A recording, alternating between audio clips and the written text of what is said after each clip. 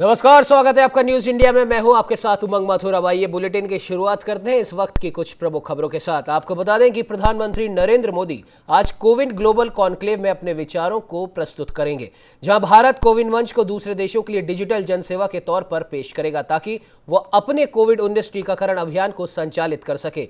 आपको बता दें कि कनाडा, मैक्सिको, नाइजीरिया, पनामा और उगांडा सहित करीब 50 देशों ने टीकाकरण अभियान के लिए डिजिटल मंच कोविन को अपनाने में रुचि दिखाई है। हालांकि ये जानकारी हाल ही में राष्ट्रीय स्वास्थ्य प्राधिकरण के सीईओ डॉक्टर आर.एस. शर्मा ने दी थी।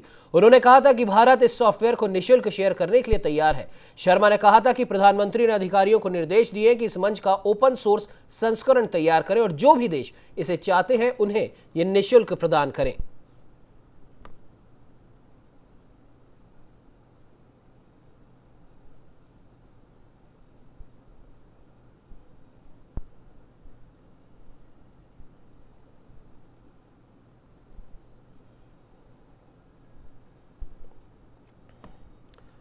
तो ये आपको बता दें कि देश भर में पेट्रोल और डीजल की कीमतों में आग लगी हुई है। पेट्रोल डीजल दोनों ही ईंधनों पर महंगाई की मार लगातार जारी है। तो वहीं आज लगातार दूसरे दिन पेट्रोल के रेट में बढ़ोतरी हुई है, जहां पेट्रोल की कीमत 35 पैसे प्रति लीटर बढ़ाए गए हैं, जबकि डीजल के भाव में कोई परिवर्तन नहीं किया गया।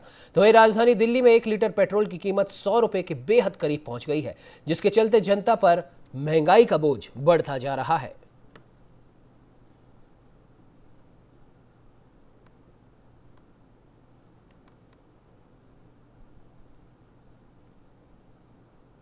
पेट्रोल के रेट बढ़ रहे हैं। काम धाम नौकरी वोकरी वैसे नहीं है, लोगों के पास बहुत समस्या खड़ी हो रही है और महंगाई तो हाई रेट हो रही है बिल्कुल एकदम। महंगाई इतनी हो गई है, लोग बागों के पास काम धंधे नहीं है। पेट्रोल के दाम इतने बढ़ गए हैं, गैस के दाम भी बढ़ गए हैं, लोग बाग डलवा नहीं पा रहे हैं। कुछ ना कुछ संशोधन तो होना चाहिए इसका। रेट बढ़ रहे हैं, कल भी बढ़े थे, आज भी बढ़े हैं, रोज रेट बढ़ रहे हैं पेट्रोल के, जिससे बहुत दिक्कत आ रही है।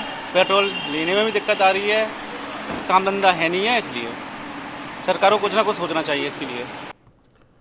तो वहीं आपको बता दें कि आरएसएस प्रमुख मोहन भागवत ने मुस्लिम राष्ट्रीय मंच द्वारा आयोजित एक कार्यक्रम में रविवार को कहा कि सभी भारतीयों का डीएनए एक है, चाहे वे किसी भी धर्म के हो।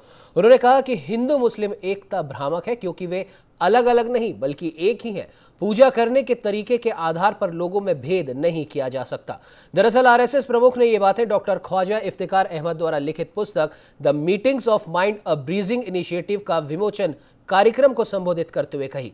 इसके साथ ही उन्होंने कहा कि भीड़ द्वारा पीट पीट कर की जाने वाली हत्या यानी कि मॉब लिंचिंग में शामिल होने वाले लोग हिंदुत्व के खिलाफ है और देश में एकता के बिना विकास संभव नहीं है। एकता का आधार राष्ट्रवाद और पूर्वजों की महिमा होनी चाहिए। इस पुस्तक में एक प्रामाणिक आवाहन है, एकता का आवाहन है। ख्वाजा साहब ने अभी जो भाषण किया उसमें बहुत सारी बातें आ गई, बिल्कुल साफ साफ आ गई। तो एक दिल से आवाहन है कि भाई हम एक है, हमको एक होना है। राष्ट्र की प्रगति समाज के, संगठित समाज के अस्तित्व के बिना नहीं होती है। संगठित समाज यानी आपस में आत्मीयता से जुड़ा हुआ समाज। संगठन यानी कोई एक रचना नहीं, उस रचना के पीछे जो भाव है ये अपनेपन का होता है। तो हिंदू मुसलमान एकता, हमारा तो विचार ऐसा है कि ये शब्द ही बड़ा भ्रामक है। ये दो है ही नहीं, एकता की बात क्या है? इनको जोड़ना क्या? ये जुड़े हुए हैं, ये जुड़े हुए हैं। और ये जब मानने लगते हैं कि हम जुड़े हुए नहीं हैं, तब दोनों संकट में पड़ जाते हैं। तो वहीं आपको बता दें कि एआईएमआईएम प्रमुख और हैदराबाद से सांसद असदुद्दीन ओवैसी ने सोमवार सुबह मोहन भागवत के बयान पर टिप्पणी की है। ओवैसी ने ट्वीट कर लिखा कि ये नफरत हिंदुत्व की देन है, इन मुजरिमों को हिंदुत्ववादी सरकार की पुष्टपनाही हासिल है। असदुद्दीन ओवैसी ने सिलसिलेवार ट्वीट करते हुए लिखा कि आरएसएस के भागवत ने कहा लिंचिंग करने वाले हिंदुत्व विरोधी हैं। इन अपराधियों को गाय और भैंस में फर्क नहीं पता होगा, लेकिन कत्ल करने के लिए जुनैद, अखलाक, पहलू, रकबर, अलीमुद्दीन के नाम ही काफी थे। ओवैसी ने लिखा कि यह नफरत हिंदुत्व की देन है, इन मुजरिमों को हिंदुत्ववादी सरकार की पुष्टपनाही हासिल है। केंद्रीय मंत्री के हाथों अलीमुद्दीन के कातिलों की गुलपोशी हो जाती है। अखलाक के हत्यारे की लाश पर तिरंगा लगाया जाता है।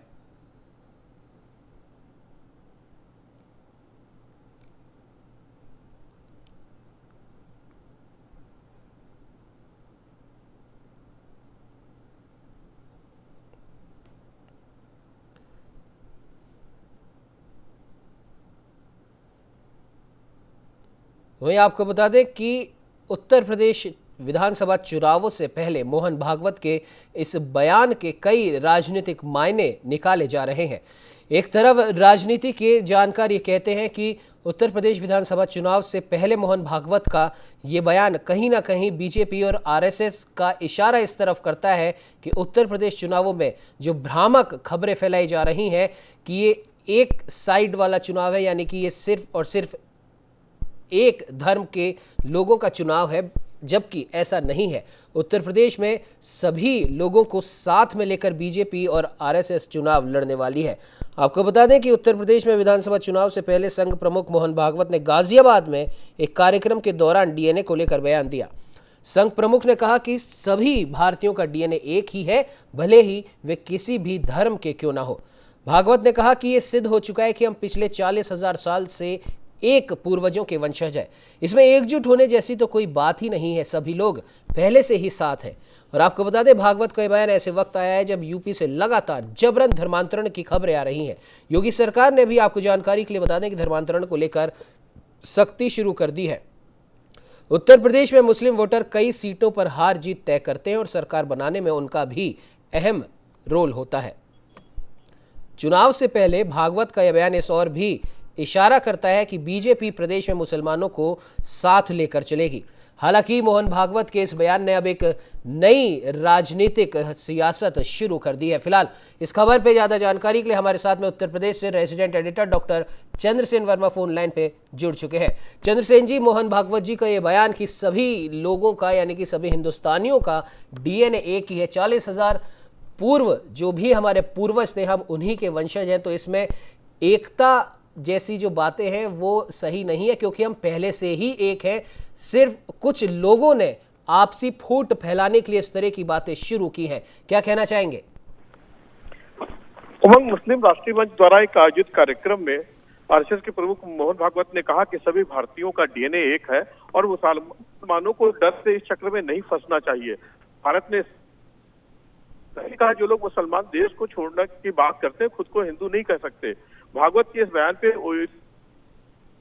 ट्वीट किए हैं और उन्होंने ये कहा है कि ये इन मुजरिमों को हिंदूवादी सरकार पुष्ट की पनाही हासिल है और तमाम तरह की ऐसी बातें की जो मोहन भागवत के ट्वीट पे इन्होंने लगातार इस तरह की बातें करी। उन्होंने ये भी कहा कि आरएसएस भागवत ने कहा लीचिंग करने वाले हिंदुत्व विरोधी हैं, गाय और भैंस का नहीं पड़ा, लेकिन कत्ल करने के लिए जुनैद, अखलाक, पहलू, रहबर, सलीमुद्दीन नाम काफी है।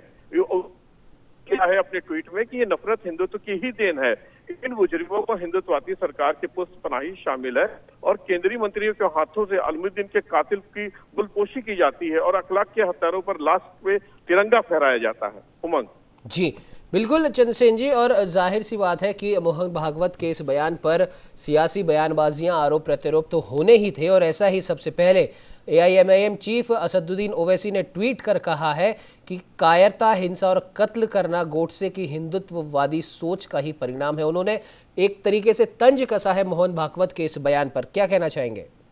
देखिए, ओवैसी के निशाने पर हमेशा भारतीय जनता पार्टी और आरएसएस रहा है और लगातार उन्होंने पहली बार ऐसा नहीं किया कि इस तरह का बयान दिया है जिससे देश में अखंडता और हिंदुत्व और भाईचारे की बात पे खतरा है, और लगातार वो इस तरीके के बयान देते रहते हैं जिससे वो इसी तरह के बयान से वो विवादित बयान देते हैं, इसलिए वो चर्चा में आते हैं। उनके साथ में कांग्रेस भी अपनी राजनीति के तवे पे रोटियां सेकना शुरू कर गई। आप देखिए कि कांग्रेस के दिग्विजय सिंह ने भी एक टिप्पणी करी है और उन्होंने आरएसएस के प्रमुख को एक सलाह दी। उन्होंने कहा कि उनके जो आरएसएस के शिष्य हैं, प्रचारक हैं, विश्व हिंदू परिषद है, बजरंग दल के कार्यकर्ताओं को यही ज्ञान देंगे। क्या यही शिक्षा आप मोदी शाह व भाजपा के मुख्यमंत्री को भी देंगे?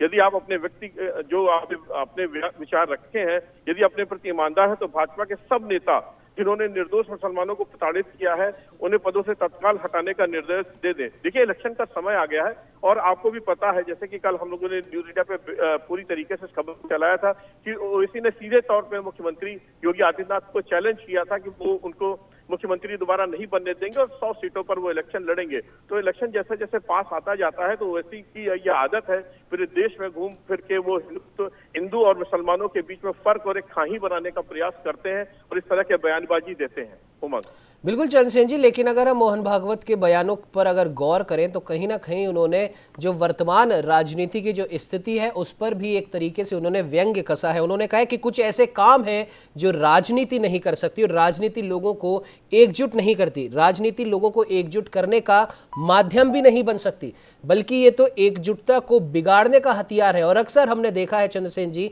कि पूरे देश में जब भी चुनावी माहौल होता है या गाहे बेगाहे राजनीति के बहाने भारत की संप्रभुता एकता को बिगाड़ने की कोशिश की जाती है। तो अगर इस पर मोहन भागवत जी ये कह रहे हैं, जो कि वाकई में कहीं ना कहीं सत्य भी है, तो ऐसे में किसी को भी इसका विरोध करना कहां तक उचित लगता है? देखिए उमंग, इलेक्शन का बिल्कुल समय पास आ गया है और 5 स्टेट में जिस तरीके इलेक्शन है उस दौरान इस तरह की बातें आती हैं। और मेरा अपना व्यक्तिगत मानना है कि कभी भी धर्म की राजनीति नहीं होनी चाहिए, राजनीति का एक धर्म जरूर होना चाहिए। और ऐसे समय पर जब देश की अखंडता की बात हो तो ये राजनीति के और इस तरह की जो धर्म की ये बात करते हैं, ये तरह की बातें बिल्कुल सही नहीं होती हैं। क्योंकि जो छोटी पार्टियां होती जिनका कोई अस्तित्व नहीं होता, या वो नेता जो ऐसे समय में अपना कैरियर और अपना वजूद तलाशते हैं, वो इस तरह का बयान देते हैं, वो खा ही पाटते हैं हिंदू और मुसलमानों के बीच में। क्योंकि वो इसी तरह के विवादों से उनकी पहचान बनती है, उनका राजनीति में कैरियर बनता है, उनकी पार्टी को कुछ लोग जानना शुरू कर देते हैं। तो इस तरह के बयान जब इलेक्शन का दौर होता है तो सब तरह के जो नेता हैं, बड़े नेता, वो इस तरह के बयान देते हैं। चाहे वो कांग्रेस के दिग्विजय सिंह की बात करें या ओवैसी की बात करें या समाजवादी पार्टी की बात करें, इस तरह के बयान वो देते रहते हैं। उमंग, बिल्कुल चंद्रसेन जी, लेकिन अगर हम पिछले कुछ महीनों की हम बात करें तो कहीं ना कहीं क्या आपको नहीं लगता कि आरएसएस और आरएसएस प्रमुख मोहन भागवत अब एक अलग प्रकार की राजनीति करने लगे? पहले जहां देखा भी जाता था और कई बार आरोप भी लगे हैं कि कट्टर हिंदुत्ववादी संगठन है, तो धीरे धीरे क्या आपको नहीं लगता कि अब आरएसएस अपने ऊपर जो तमाम लगाए हुए आरोप हैं, जो गाहे बेगाहे लगते रहते हैं, उनको अब धोने में लगे हुए हैं और अपनी छवि एक वैश्विक संगठन के रूप में वो बनाना चाहते हैं? और शायद यही वजह है कि पिछले कुछ महीनों से लगातार हिंदू मुस्लिम एकता और तमाम तरीके की बातें कही जा रही हैं, जो कि पहले नहीं देखी जाती थी। देखिए उमंग, आपकी बात से मैं बिल्कुल पूरी तरह से सहमत हूँ। आरएसएस का नाम ही जाना जाता था हिंदूवादी संगठन के रूप में जी। और लगातार रही। और जैसा एक आरोप की तरह ये कहा गया कि ये हिंदू संगठन है, लेकिन पिछले कुछ समय की बात करें, आप अगर लगातार देखें कि जिस तरीके से आरएसएस प्रमुख मोहन भागवत के बयान आ रहे हैं, इससे पहले भी जितनी भी मीटिंग में करी, कभी उन्होंने हिंदू या मुसलमान की राजनीति नहीं करी। उन्होंने इससे पहले भी जब 1 साल पहले की बात करें, उन्होंने एक सम्मेलन किया था, 3 दिवसीय सम्मेलन था, उसमें इन्होंने कहा था कि ये भाईचारे का है, ये देश सबसे पहले है, उसके बाद में हिंदू और मुसलमान की बात होती है। वहां पर देश की अखंडता की बात आती है, उसके प्रभुत्ता की बात आती है, वहां पर सबसे पहले आगे आकर के देश को चुनना चाहिए। ये धर्म और राजनीति का बात करने का समय नहीं, सबसे पहले इस बात का है कि विकास की बात की जाए, आपस में भाईचारे की बात की जाए, अमन की बात की जाए, शांति की बात की जाए, क्योंकि यही सब चीजें हैं, यही मंत्र है जिससे देश आगे की ओर जा सकता है। और ये एक अच्छी, मतलब सिर्फ हिंदूवादी बातें न की जाए, पूरे धर्म की बातें हो, सबका सम्मान हो। कभी आरएसएस ने कोई असम्मानजनक तरीके से इस तरह के पिछले अगर 2 सालों की बात करें तो कोई भी इस तरीके का बयान नहीं दिया है। आरएसएस प्रमुख की ओर से आया है, आरएसएस के किसी भी बड़े नेता की ओर से नहीं आया है जिससे कि हिंदू और मुसलमान के बीच की बात की जाए, किसी धर्म की बात की जाए। जी बिल्कुल चंद्रसेन जी, बिल्कुल आपने सही कहा कहीं ना कहीं, लेकिन अब देखने वाली बात होगी, क्योंकि जैसा कि अभी आपने भी बताया कि उत्तर प्रदेश के विधानसभा चुनाव बहुत जल्द होने वाले हैं और ऐसे में अब ये राजनीतिक बयानबाजियां भी और तेज हो जाएंगी। फिलहाल अब देखने वाली बात है कि मोहन भागवत का डीएनए वाला ये बयान के ऊपर जो राजनीति हो रही है, इसके ऊपर जो आरोप प्रत्यारोप हो रहे हैं, वो कहां तक जाकर रुकते हैं। फिलहाल इस खबर पर तमाम जानकारी देने के लिए आपका बहुत बहुत धन्यवाद। चलिए बढ़ते अगली खबर की ओर, जहां आपको बता दें कि दिल्ली में कोरोना संक्रमण के मामले अब कम हो गए और इसी बीच राजधानी में कई तरह की रियायतें दी जा रही हैं। सरकार अनलॉक के जरिए लगातार दिल्ली के लोगों को कई पाबंदियों से मुक्त कर रही है और अब अनलॉक 6 के तहत लोगों के लिए रियायतों का दायरा और ज्यादा बढ़ा दिया गया है। आज से दिल्ली में लंबे समय बाद फिर स्टेडियम और स्पोर्ट्स कॉम्प्लेक्स खोल दिए जाएंगे, लेकिन अभी के लिए कोरोना प्रोटोकॉल्स का ध्यान रखते हुए स्टेडियम को बिना दर्शकों के ही खोला जाएगा। तो वहीं थिएटर, स्विमिंग पूल, स्पा भी बंद रहेंगे। साथ ही साथ दिल्ली में अभी तक स्कूलों पर भी पाबंदी रहेगी।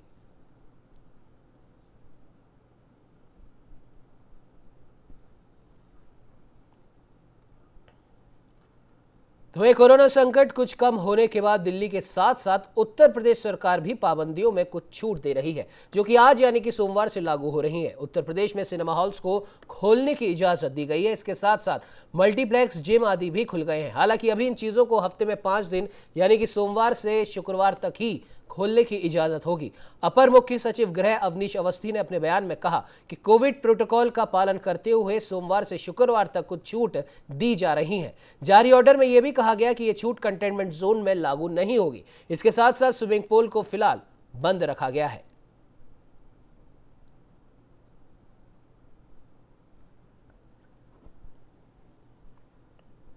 रनिंग नहीं कर पाए तो उनको फ्री हैंड एक्सरसाइजेज, योगा, प्राणायाम, मेडिटेशन और जो जिसको जहाँ जगह मिल रहा था वहाँ कर रहा था मैं। लेकिन मैक्सिमम खिलाड़ियों को काफ़ी दिक्कतें आई लॉकडाउन की वजह से, क्योंकि उनका परफॉर्मेंस डाउन हुआ, प्रशिक्षण प्रभावित हुआ।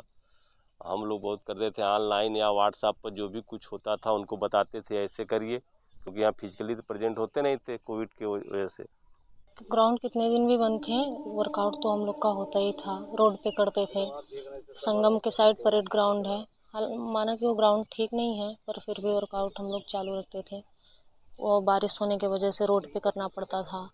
ग्राउंड बंद थे तो स्टेडियम बंद थे तो रोड पे ही वर्कआउट होता था। वर्कआउट चालू था, ऐसा नहीं है कि बंद हो जाता था। वर्कआउट करते थे हम लोग, रोड पे करते थे। रोड पे करने से इंजरीज हो जाती हैं पर फिर भी वर्कआउट करते थे हम लोग। ग्राउंड कितने दिन भी बंद थे, वर्कआउट तो हम लोग का होता ही था, रोड पे। हम लोग की जाहिर से चल रही थी, पर जिस लेवल की प्रैक्टिस होना चाहिए उस लेवल से प्रैक्टिस नहीं हो रही थी। जैसे हम नेशनल में प्रदर्शन करना, हमें आगे के लिए खेलना, उस लेवल का हम लोग को प्रैक्टिस नहीं हो पा रही। बहुत मुश्किलें झेलने हम लोग कष्ट हुआ, पर प्रैक्टिस तो जारी थी। पर यही हम लोग रोड पे प्रैक्टिस करना, कहीं बालू में रनिंग करना, मिट्टी पे करना, हो रही थी प्रैक्टिस। अभी हम लोग का ग्राउंड खुल के ऐसा अच्छा लग रहा है कि हम लोग एक नेशनल लेवल तक का प्रैक्टिस होगी और करेंगे। इसमें हम लोग को सुविधाएं मिलती है, जिम मिलता है और ग्राउंड रहता है, किसी इंजरी का चांस कम होता है।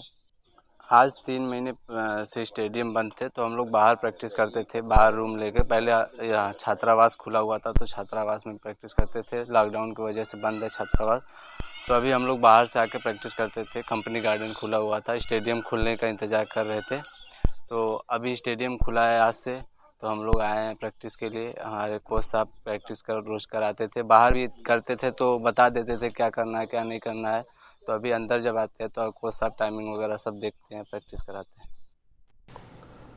तो ये आपको बता दें कि रामविलास पासवान की कर्मभूमि पर चिराग पासवान और पशुपति कुमार पारस के बीच पोस्टर वार शुरू हो चुका है। लोजपा में 2 गुट बनने के बाद आज दिवंगत रामविलास पासवान की जयंती के अवसर पर चाचा और भतीजे शक्ति प्रदर्शन कर रहे हैं। घर का घमासान अब खुलकर सड़कों पर आ गया। तो वहीं आपको बता दें कि लोजपा सांसद चिराग पासवान रामविलास पासवान की जयंती के मौके पर आशीर्वाद यात्रा निकाल रहे हैं। इस दौरान वो देखना चाहते हैं कि रामविलास पासवान का जनाधार उनके साथ रहेगा या फिर उनके चाचा पारस के साथ।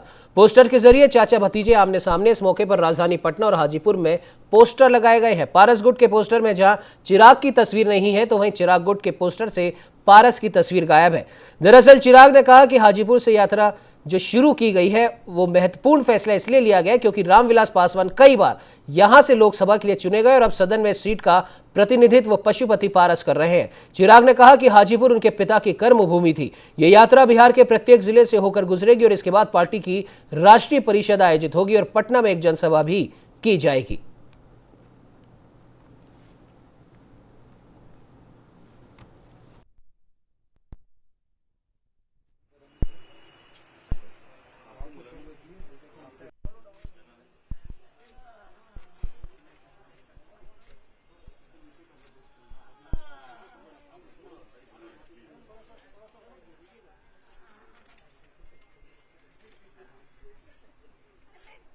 धोखा दिया, पर वहीं दूसरा परिवार, पापा का बनाया हुआ वो परिवार, जिसमें पार्टी का हर एक कार्यकर्ता, पार्टी का हर एक पदाधिकारी मौजूद है।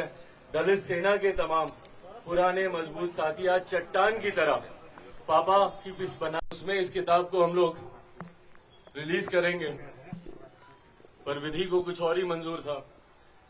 आज जब पापा नहीं है, ईमानदारी से आज ही के दिन का हम लोगों ने सोचा हुआ था। पिछले जन्मदिन पे भी हम लोग सोच रहे थे, कोरोना था, लॉकडाउन था, नहीं हो पाया। हम लोगों ने सोचा था कि इस बार जन्मदिन के अवसर पर पापा की उस किताब को हम लोग निकालेंगे जिसमें उनकी शुरू से लेकर अभी तक, और ये खुद उन्होंने इस किताब को की तमाम जानकारी, पूरा ड्राफ्ट उन्होंने अपने साथी, अपने सहयोगी प्रदीप श्रीवास्तव जी, मैं चाहूंगा कि वो सामने एक बार आए।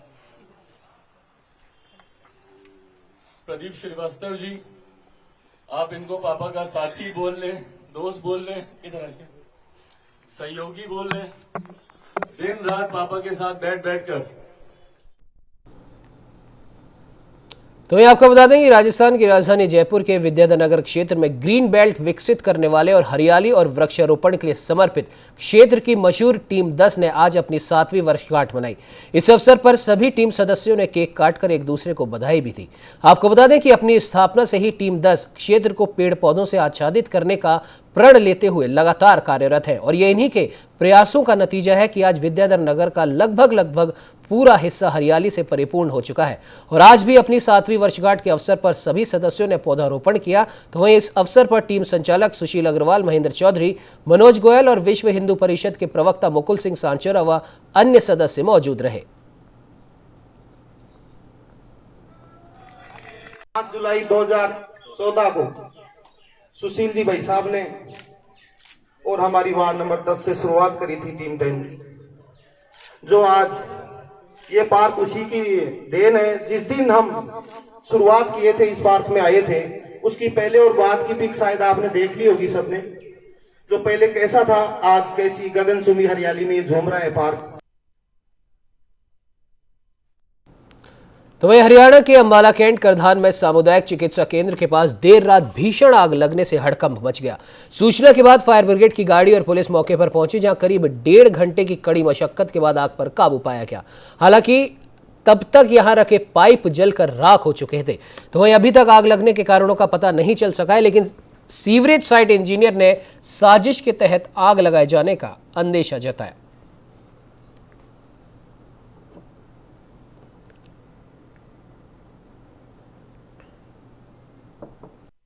यहाँ पे करीब 500 प्लस पाइप जले हैं, 1000 के करीब सॉकेट जली हैं और उसकी जो रिंग होती है वो भी जली है 1000 के करीब। तो सर हाइड्रोलिक ऑयल था, दूसरे हीटर करीब वो भी जल गया है। और आग का तार तो उधर की तरफ था, यहाँ पे तो कोई तार भी नहीं था, वायर पता नहीं कैसे लगा है, तो बाद में पता चलेगा कैसे।